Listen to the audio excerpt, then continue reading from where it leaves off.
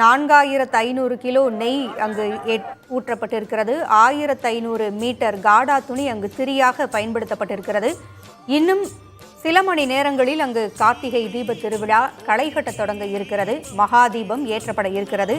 நமது செய்தியாளர் பாலாஜியும் இணைந்திருக்கிறார். பாலாஜி, மக்களினுடைய கூட்டம் நீங்கள் இருக்கும் பகுதியில் எப்படி இருக்கிறது? மக்களினுடைய பக்தி பரவசத்தை பதிவு செய்யுங்கள்.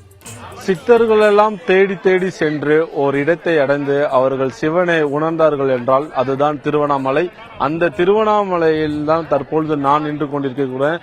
நீங்கள் பார்க்கலாம் அந்த காட்சிகளே. எனக்கு பின்னால் தெரியக்கூடிய அந்த மலையில் தான் இன்னும் சில மணி நேரத்தில் மகா தீபமானது ஏற்றப்பட இருக்கின்றது.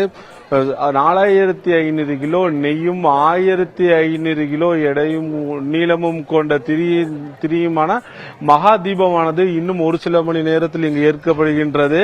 அண்மையில் பெய்த கனமழையின் காரணமாக 2500 பக்தர்கள் மேலே செல்ல தடை விதிக்கப்பட்டுள்ளதால் இந்த பகுதியில் அதாவது மாடவீதி என்று சொல்லக்கூடிய இந்த பகுதியில் இருந்தே அந்த மலையை பார்த்தபடி இங்கு லட்சக்கணக்கான பக்தர்கள் அமர்ந்துள்ளனர்.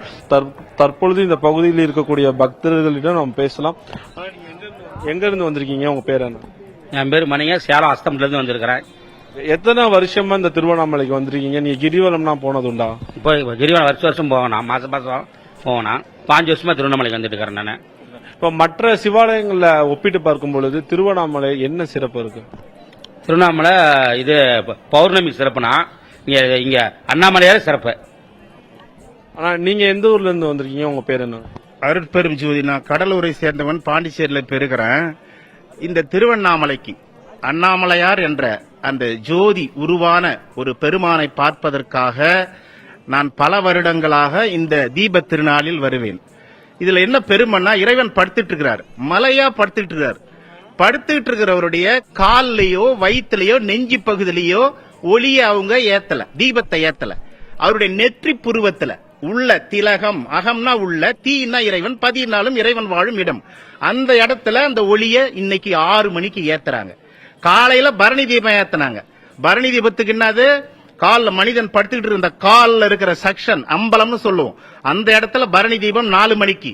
இப்ப சாயந்தரம் நெற்றி புருவத்துல, காலையில கால்ல, இன்னைக்கு சாயந்தரம் 6 மணிக்கு நெற்றி புருவத்துல உள்ள ஒளியேற்றிக்காதான் திருஞானம் என்ற அந்த இடம். புரியுதுங்களா? அந்த திருஞானம் என்ற இடத்துல அந்த அருட்பிரகாசமாகிய ஒளி ஆண்டவனாகிய நான், ஈசனாகிய நான், ஈச பெருமான், ஈஸ்வரத்தின் தலைவன். ஈஸ்வரம் என்றால் இந்த பிரபஞ்சத்தின் தலைவனாகிய நான் ஈஸ்வரன்.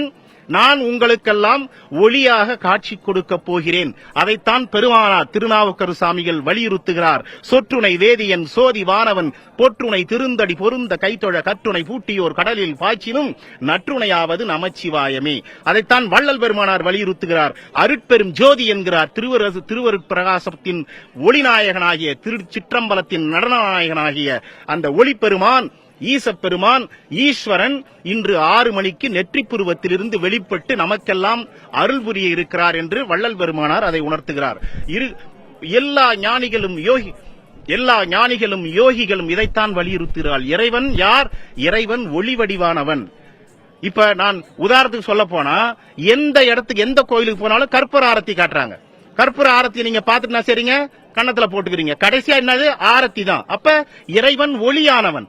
அதுக்கு பிறகு அந்த ஆரத்தி என்ன பண்றாங்க? மணி அடிக்கிறாங்க. டைன் டைன் டைன் மணி அடிக்கிறாங்கல்ல, சவுண்ட். ஒளியானவன். ஒளி, பெரிய லீ, சின்ன லீ, ஒளி, சத்தம், விந்தும் நாதமும் விளைவுபகரிப்பும் சொல்றார் வள்ளல் பெருமானார்.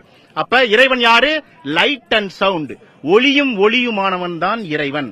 இந்த உடம்புக்குள்ள ஒளியும் விளங்கி கொண்டிருக்கிறது. அந்த ஒளியும் என்ற அந்த இரு பரிமாண பொருள்களோடு நீங்கள் கலந்து விட்டால் நீங்களும் இந்த தீப பொருளாகிய அருட்பெரும் ஜோதியாகிய அந்த ஈஸ்வரத்தின் நாயகனாகிய சிவபெருமானை சென்றடைவீர்கள் என்பதுதான் இன்றைய கார்த்திகை தீபத்தினுடைய அறிவார்ந்த உண்மை. தீபத்தை நாம் கண்டுகளித்தால் அதை போன்ற ஒரு தீபம் நம் உடம்பில் விளங்கிக் கொண்டிருக்கிறது என்பதை பற்றித்தான் இறைவன், மக்களே புரிந்து கொள்ள மாட்டீர்களே, நான் 1 வருட காலமாக தங்கி உங்களுக்கு நான் ஒளியானவன் என்பதை இந்த கார்த்திகை திருநாளில் நான் உங்களுக்கு விளக்கிக் கொள்கிறேன். வெளியே வந்து என்னைத்தான் நானே உங்களுக்கு காட்சியளிக்கிறேன் என்பதை நிரூபிக்கும் விதமாகத்தான் இன்று 6 மணிக்கு இறைவன் வந்து நமக்கு காட்சி கொடுப்பார். அதை தத்துவத்தின் மூலியமாக நம்முடைய குழந்தைகள், நம்முடைய மக்கள் கொண்டு போய் அங்கே ஏற்றுகிறார்கள். ஏற்றி அது பாத்தீங்கன்னா நீங்க அது ஏத்தின பிறகு நீங்க எவ்வளவு மழை பெஞ்சாலும் அது மான்னு விளங்கிக்கிட்டே இருக்கும். அப்ப இறைவன் ஒளி வடிவானவன்.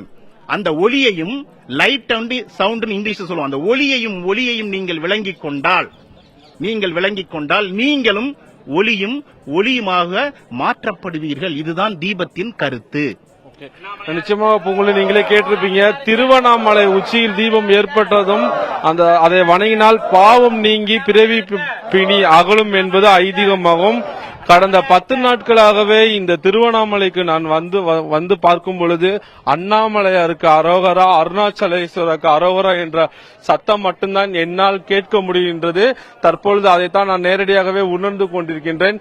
இன்னும் சில மணி நேரத்தில் இந்த 2668 அடி உயரத்தில் உள்ள இந்த திருவண்ணாமலையின் உச்சியில் இன்னும் ஒரு சில மணி நேரத்தில் தான் இந்த மகாதீபம் ஏற்றப்பட இருக்கின்றது. இதனை காண்பதற்கு தான் தற்பொழுது லட்சக்கணக்கான பக்தர்கள் இந்த பாதையில் அமர்ந்து காத்து கொண்டிருக்கின்றனர். அங்க இருக்கக்கூடிய பக்தர்கள் எவ்வளவு உணர்வு பூர்வமாக இருக்கிறார்கள் என்பதை சற்று முன்னர் பேசியவர் உணர்த்தியிருக்கிறார். நன்றி பாலாஜி.